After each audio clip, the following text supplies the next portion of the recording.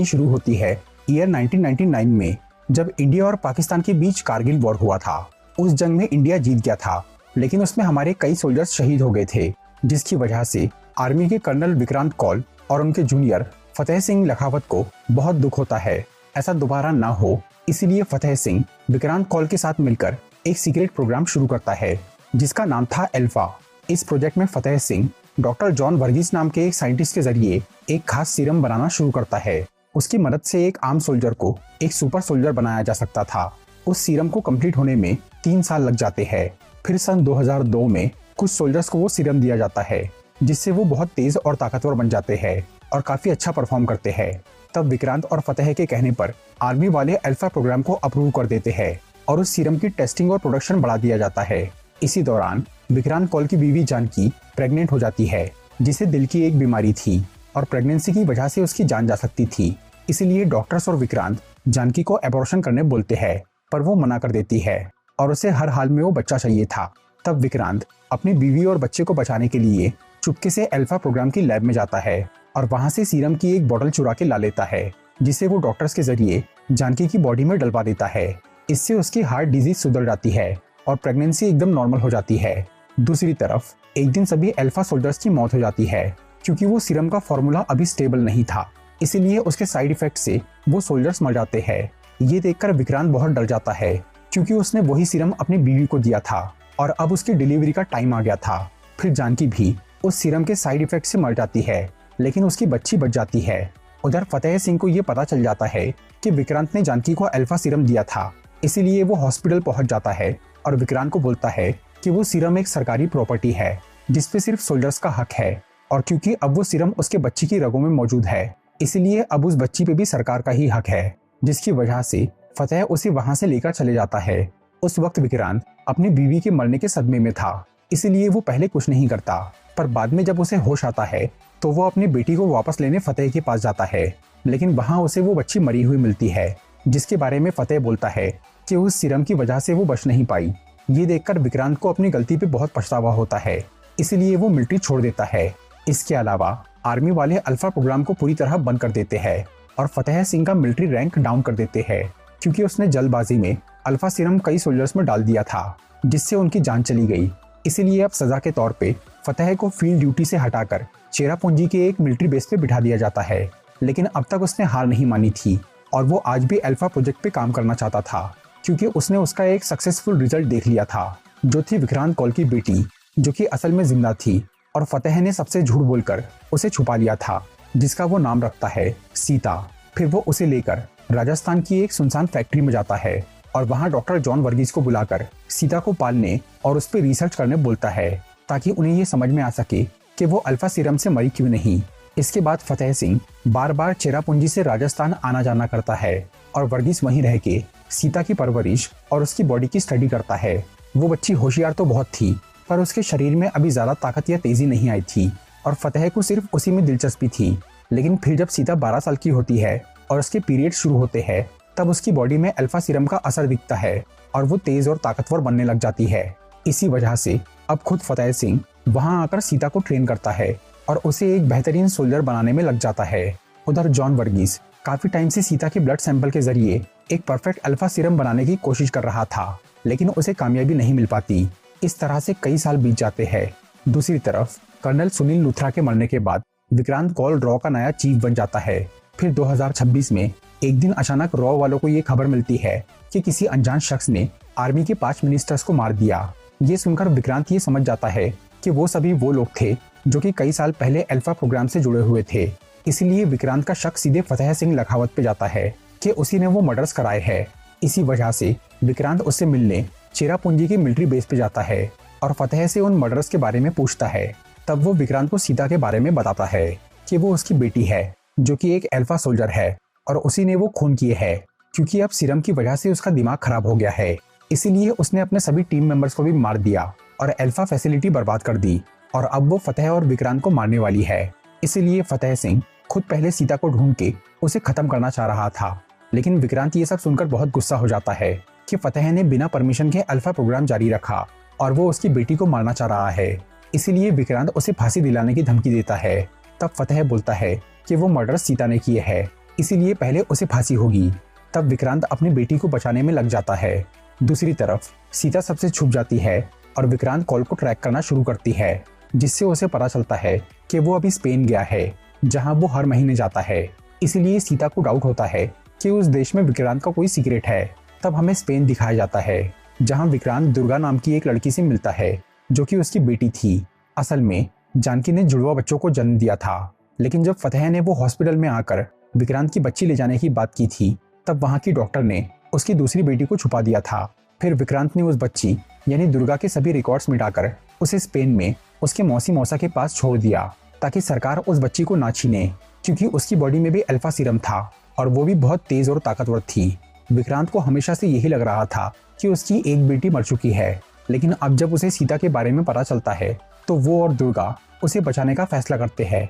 फिर विक्रांत दुर्गा को इंडिया लाता है और उसे कश्मीर में अपने एक सेफ हाउस पे भेजता है, जहां वो खुद भी जा रहा था।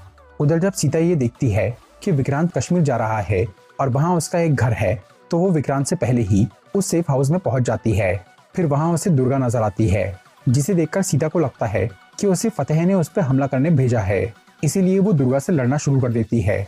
तब दुर्गा उसे समझाती है कि वो उसकी बहन है, पर सीता उसकी बात नहीं सुनती और लगातार उससे फाइट करती है। तभी विक्रांत वहां आकर उसे रोक देता है और बोलता है कि वो उसका पिता है, लेकिन सीता उन दोनों को बेहोश करके बांध देती है। बाद में दुर्गा और विक्रांत उसे अल्फा सीरम और फतेह सिंह की पूरी सच्चाई बताते हैं। तब सीता बोलती है कि फतेह ने उसका पूरा बचपन छीन लिया और एक लैब में कैद रख के उसे कड़ी ट्रेनिंग दी। इसके बावजूद भी वो उसे अपना पिता मानती थी और उसकी हर बात सुनती थी, क्योंकि वो उसे इंडिया का बेहतरीन सोल्जर बनाना चाहता था। लेकिन फिर एक दिन जॉन वर्गीस ने सीता को बताया कि फतेह हमेशा से उसके जरिए नया अल्फा सीरम बनाना चाहता था, लेकिन वो सीता के ब्लड से नहीं बन पा रहा था। पर अब वर्गीस को अपनी रिसर्च से ये समझ में आया कि सीरम का परफेक्ट वर्जन सीता के ब्लड से नहीं, बल्कि उसके ब्रेन सेल से ही बन सकता है, जिसे निकालने से सीता कोमा में जा सकती थी या मर सकती थी। इसीलिए वर्गीस ये काम नहीं करना चाहता था, क्योंकि उसे सीता से प्यार था, लेकिन फतेह उस सीरम के लिए सीता की कुर्बानी देने को तैयार था। इसके बाद एक दिन डॉक्टर वर्गीस ने फतेह को एक अनजान आदमी से मिलते हुए देखा, जिसे वो अल्फा के नए वर्जन के बारे में बताकर उससे बहुत सारे पैसे ले रहा था। और वो आदमी ये बोल रहा था कि अब ऑपरेशन ओडिसी को कोई नहीं रोक पाएगा। इससे वर्गीस को शक हुआ कि फतेह कोई गलत काम कर रहा है, इसीलिए उसने इस बारे में अल्फा प्रोग्राम के पुराने डायरेक्टर्स को बता दिया। पर जब फतेह को इस बारे में पता चला तो उसने सीता के जरिए उन सभी मिनिस्टर्स को मरवा दिया, ये बोल के कि वो देशद्रोही है। लेकिन वर्गीस के मुताबिक असली गद्दार फतेह था, जो कि अपने गलत इरादों के लिए सीता की जान लेना चाहता था। इसलिए वर्गीस उसे वहां से दूर जाने के लिए कहता है, पर सीता भागने की बजाय उस लैब को तबाह करने और फतेह को मारने का फैसला कर लेती है। फिर वर्गीस उसे बोलता है कि वो रॉ चीफ विक्रांत कॉल से जाकर मिले, जिसके पास उससे जुड़ा एक बड़ा राज है। इसके बाद जॉन वर्गीस सुसाइड कर लेता है, क्योंकि वैसे भी फतेह उसे मारने ही वाला था। ये सब जानकर सीता को फतेह सिंह से नफरत हो जाती है और वो उसके प्लान को फेल करने में लग जाती है। इसलिए उसने अल्फा प्रोग्राम की वो पूरी फैसिलिटी ही तबाह कर दी, और वो विक्रांत को मारने के लिए नहीं, बल्कि इसीलिए ढूंढ रही थी क्योंकि वर्गीस ने उसे उससे मिलने के लिए कहा था। और अब सीता को वो राज पता चल गया था कि वो असल में विक्रांत कॉल की बेटी है। इधर विक्रांत और दुर्गा को सीता की कहानी सुनकर बहुत दुख होता है, इसीलिए वो फतेह को मारने में उसकी मदद करने की बात करते हैं। लेकिन सीता अकेले ही वो काम करना चाहती थी और वो विक्रांत को अपना पिता मानने के लिए तैयार नहीं थी, क्योंकि वो उसे पहले बचाने नहीं आया। फिर जैसे ही सीता वहां से जाने लगती है, तभी उस घर के आसपास कई सारे सोल्जर्स आ जाते हैं, जो कि फतेह के आदमी थे। वो सीता को पकड़ने और विक्रांत को मारने वहां आए थे। तब विक्रांत उस घर को हैवी मेटल डोर से पैक कर देता है और अपनी बेटियों को एक खुफिया रास्ते से वहां से निकलने बोलता है। सीता पहले वहां से जाना नहीं चाह रही थी, लेकिन विक्रांत उसे वादा करता है कि वो 3 दिन में फतेह को उसके हवाले कर देगा। फिर दुर्गा और सीता 2 बाइक्स लेकर विक्रांत के बताए हुए एक सेफ हाउस की तरफ निकल जाते हैं, जो कि लद्दाख में था। इसके बाद विक्रांत अकेले ही उन सभी सोल्जर्स को खत्म कर देता है, क्योंकि उसके पास काफी सारे हथियार थे और उसने वो घर के आसपास बहुत सारे बॉम्ब लगाए थे। फिर वो एक सोल्जर को गन की नोक पर फतेह को कॉल करके ये बुलवाता है कि उन्होंने सीता को पकड़ लिया। इसीलिए फतेह सिंह कश्मीर आकर उस सोल्जर को अपनी लोकेशन बता देता है, जहां विक्रांत अपनी टीम के साथ पहुंच जाता है। फिर वो फतेह से पूछता है कि ऑपरेशन ओडिसी क्या है और वो उसमें अल्फा सीरम का क्या करने वाला है। फतेह उसे कुछ नहीं बताता, उल्टा वो विक्रांत को पकड़ के उसके फोन से सीता की लोकेशन जान लेता है। दूसरी तरफ दुर्गा और सीता काफी लंबा सफर तय करके लद्दाख पहुंचते हैं। रास्ते में उन दोनों की दोस्ती हो गई थी और अब सीता दुर्गा को अपनी बहन मानने लग गई थी। फिर लद्दाख के एक मंदिर में उन्हें रॉ का एजेंट कबीर धलीवाल मिलता है, जिसे विक्रांत ने अपनी बेटियों की हेल्प के लिए वहां भेजा था। फिर उस जगह पे फतेह के कई सारे आदमी आ जाते हैं, जो कि सीता, दुर्गा और कबीर पे हमला कर देते हैं। तब वो तीनों मिलकर उनका मुकाबला करते हैं और वो उन्हें लगभग हरा ही देते हैं। पर तभी दुर्गा को एक गोली लग जाती है और वो घायल हो जाती है। इसीलिए कबीर उसके इलाज के लिए उन दोनों को पास के एक गांव में जाने बोलता है। फिर वो अकेले ही उन बचे हुए आदमियों से लड़ता है। उधर सीता और दुर्गा वो गांव पहुंचकर कबीर की एक पहचान वाली औरत के घर जाते हैं, जो कि दुर्गा की मरहम पट्टी करके उसे दवाई देती है। तब सीता को वहां फतेह का कॉल आता है, जो कि उसे बोलता है कि अगर वो अपने बाप को जिंदा देखना चाहती है तो वो अकेले ही कश्मीर के एक अड्डे पे आ जाए। इसीलिए सीता वहां दुर्गा को आराम करने छोड़ती है और खुद उस जगह पे चली जाती है जहां विक्रांत एक गोडाउन में कैद था और उसकी बॉडी पे और आसपास कई सारे बॉम्ब लगे हुए थे। सीता वहां गलती से एक लैंडमाइन पे पैर रख देती है, इसीलिए फिर वो वहां से हिल नहीं पाती। तब फतेह वहां आकर उन दोनों को अपनी पूरी कहानी बताता है। वो असल में पाकिस्तान का एक सोल्जर था, मेजर जरार खान, जो कि 1989 में इंडिया में घुसा था और उसने अपनी पहचान बदल के इंडियन आर्मी ज्वाइन कर ली थी। इसके बाद वो पाकिस्तान को यहाँ की जानकारी देने लगा, जिससे इंडिया पे कई आतंकवादी हमले हुए। फिर आईएसआई ने जरार को एक बहुत बड़ी खबर दी कि इंडिया का एक साइंटिस्ट जॉन वर्गीस अल्फा नाम का एक स्पेशल सीरम बना रहा है, जिससे वो लोग अपने सोल्जर्स को पावरफुल बनाकर इंडिया को हरा सकते हैं। ऑपरेशन ओडिसी असल में अल्फा सीरम हासिल करना था। तब जरार ने वर्गीस से दोस्ती कर ली और वो उसके प्रोजेक्ट को फंड करने के लिए मिलिट्री में ले गया, लेकिन उसकी जल्दबाजी की वजह से वो सीरम कंप्लीट नहीं हो पाया और कुछ सोल्जर्स की जान चली गई।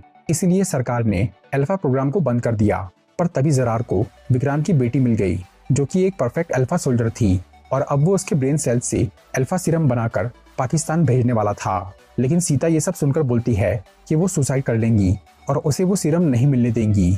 तब जरार ये बोलता है कि अब उसे सीरम बनाने के लिए सीता की जरूरत नहीं है, क्योंकि वो ये जान गया है कि दुर्गा उसकी जुड़वा बहन है और वो भी एक अल्फा सोल्जर है।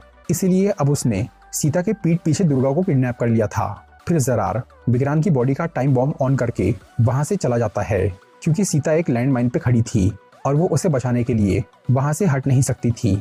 कुछ देर बाद उस जगह पे एक धमाका होता है, जिससे जरार को लगता है कि विक्रांत और सीता मर गए। फिर वो कई पाकिस्तानी फौजियों के साथ अपने चेरापूंजी वाले बेस पे जाता है और वहां कब्जा करना शुरू करता है। इंडियन सोल्जर्स जब उन्हें रोकने की कोशिश करते हैं तो जरार उन सबको कैद कर देता है। उसने वहां अब दुर्गा को भी ला लिया था और वो कुछ डॉक्टर्स की मदद से उसके ब्रेन से अल्फा सीरम निकालने वाला था। पर दुर्गा को ये यकीन था कि उसके पिता और बहन उसे बचाने जरूर आएंगे। इस पर जरार बोलता है कि उसने उन दोनों को मार दिया, लेकिन उधर विक्रांत और सीता बच गए थे और वो जरार के एक आदमी को पकड़ के उसकी लोकेशन जान लेते हैं और उसी आदमी के साथ हेलीकॉप्टर से चेरापूंजी आ जाते हैं, जहां वो उन पाकिस्तानी सोल्जर्स पे हमला करना शुरू करते हैं। उधर दुर्गा अपनी कैद से आजाद हो जाती है और वो उन हिंदुस्तानी फौजियों को भी आजाद कर देती है। तब वो सब मिलकर उन पाकिस्तानी सोल्जर्स का सामना करते हैं। इस सब के बीच में सीता एक गोडाउन में जाकर अकेले जरार से लड़ाई करती है। फिर उन दोनों में कुछ देर तक काफी खतरनाक मुकाबला होता है और आखिर में सीता उसे हरा देती है। उधर इंडियन सोल्जर्स भी अपनी जंग जीत गए थे। इसके बाद विक्रांत जरार को गिरफ्तार करने वहां आता है। तब वो बोलता है कि वो लोग कभी उसे एक आतंकवादी साबित नहीं कर पाएंगे और वो जेल में आराम की जिंदगी बिताएगा। इससे विक्रांत को बहुत गुस्सा आता है, लेकिन वो उसे मार भी नहीं सकता था, क्योंकि वो कानून से बंधा हुआ था। इसलिए वो सीता को एक गन देकर उसे खत्म करने बोलता है। तब सीता अपने साथ हुए अत्याचार को याद करके और जरार की गद्दारी को देखते हुए उसे मार डालती है। इस सब के बाद में विक्रांत अपनी बेटियों के साथ कश्मीर वाले सेफ हाउस में चला जाता है और वहां उन दोनों को बोलता है कि या तो वो एक नॉर्मल जिंदगी जी सकती है या रॉ में शामिल होकर टाइगर, पठान और कबीर जैसी इंडियन सोल्जर्स बन सकती है। तब सीता और दुर्गा उस जॉब के लिए तैयार हो जाते हैं।